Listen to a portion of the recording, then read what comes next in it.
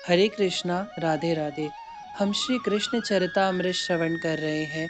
आज का प्रसंग है उपासना किसकी, देवता की या भक्त की। गोवर्धन पूजा।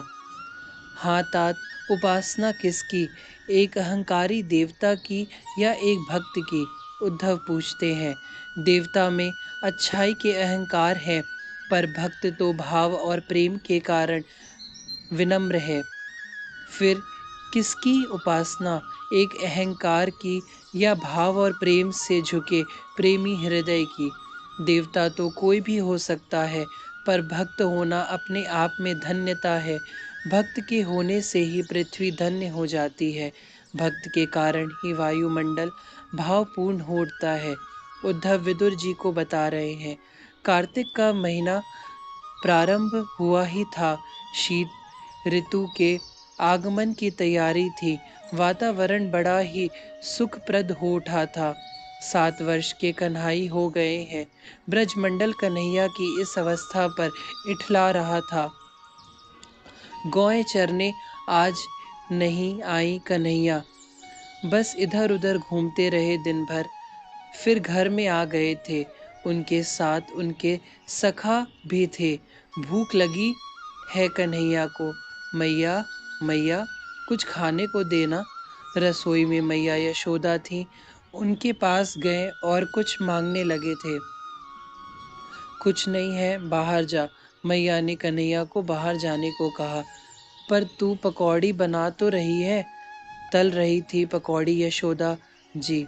हाँ, पकौड़ी बना रही हूँ, पर भगवान के लिए, तेरे लिए नहीं। और पहले हमारा भगवान भोग लगाएगा, फिर तू, समझे। आज स्वभाव में कुछ तेजी थी मैया यशोदा के, पर एक पकौड़ी छूने ही जा रहे थे कन्हैया। मैंने कहा ना, छूना नहीं, यह भगवान के लिए है। हंसे कन्हैया। मैया ब्रजरानी को रोष हुआ। हंसता क्यों है?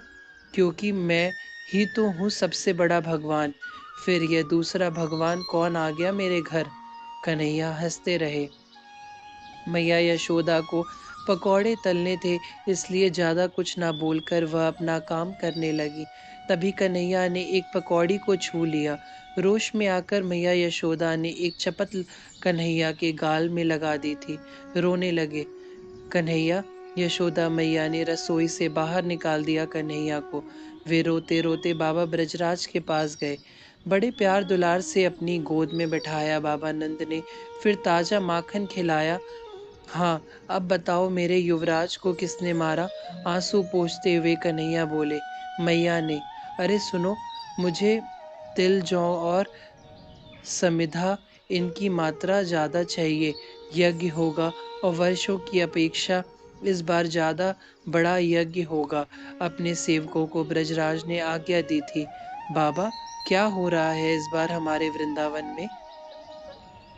सफेद ब्रज राज की दाढ़ी से खेलते हुए नंद नंदन ने पूछा था। मेरे लाल, हम सब ब्रजवासी मिलकर इस बार देवराज इंद्र की पूजा करने जा रहे हैं।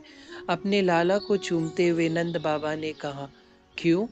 बड़ी मासूमियत से कन्हैया ने नंद बाबा के में देखते हुए पूछा। हाँ बाबा, क्यों? इंद्र की ही पूजा क्यों? प्रश्न सुनकर चौंक गए नंद बाबा भी। क्या मतलब क्यों? अरे मेरे लाल, इंद्र भगवान है। उनकी हम उपासना करेंगे, पूजा करेंगे, तो वे खुश होंगे। और खुश होंगे तो वर्षा होगी।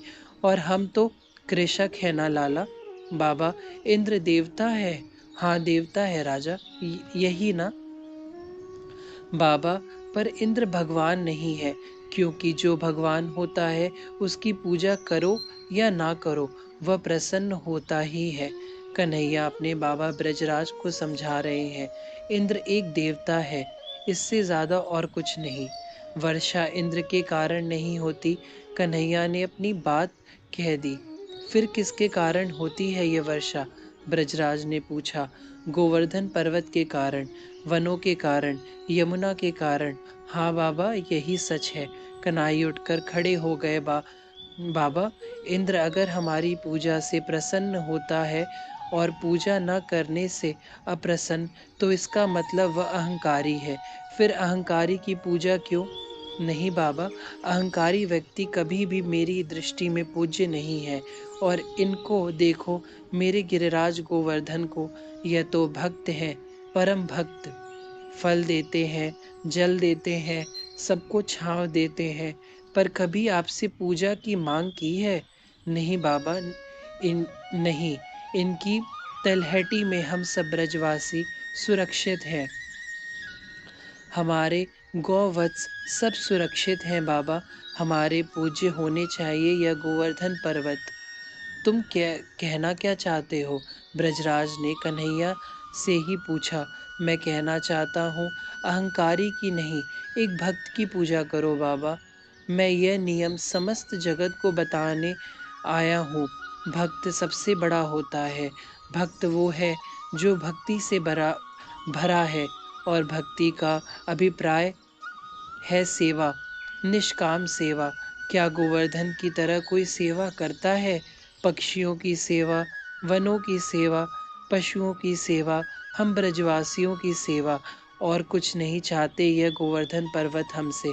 निष्काम सेवा बस। बाबा, तब क्या हमें पूजा इनकी नहीं करनी चाहिए? कन्हैया ने बाबा से ही अब पूछा। बाबा ब्रजराज चुप हो गए थे, क्योंकि बात सही थी कन्हैया की। हरे कृष्णा, राधे राधे।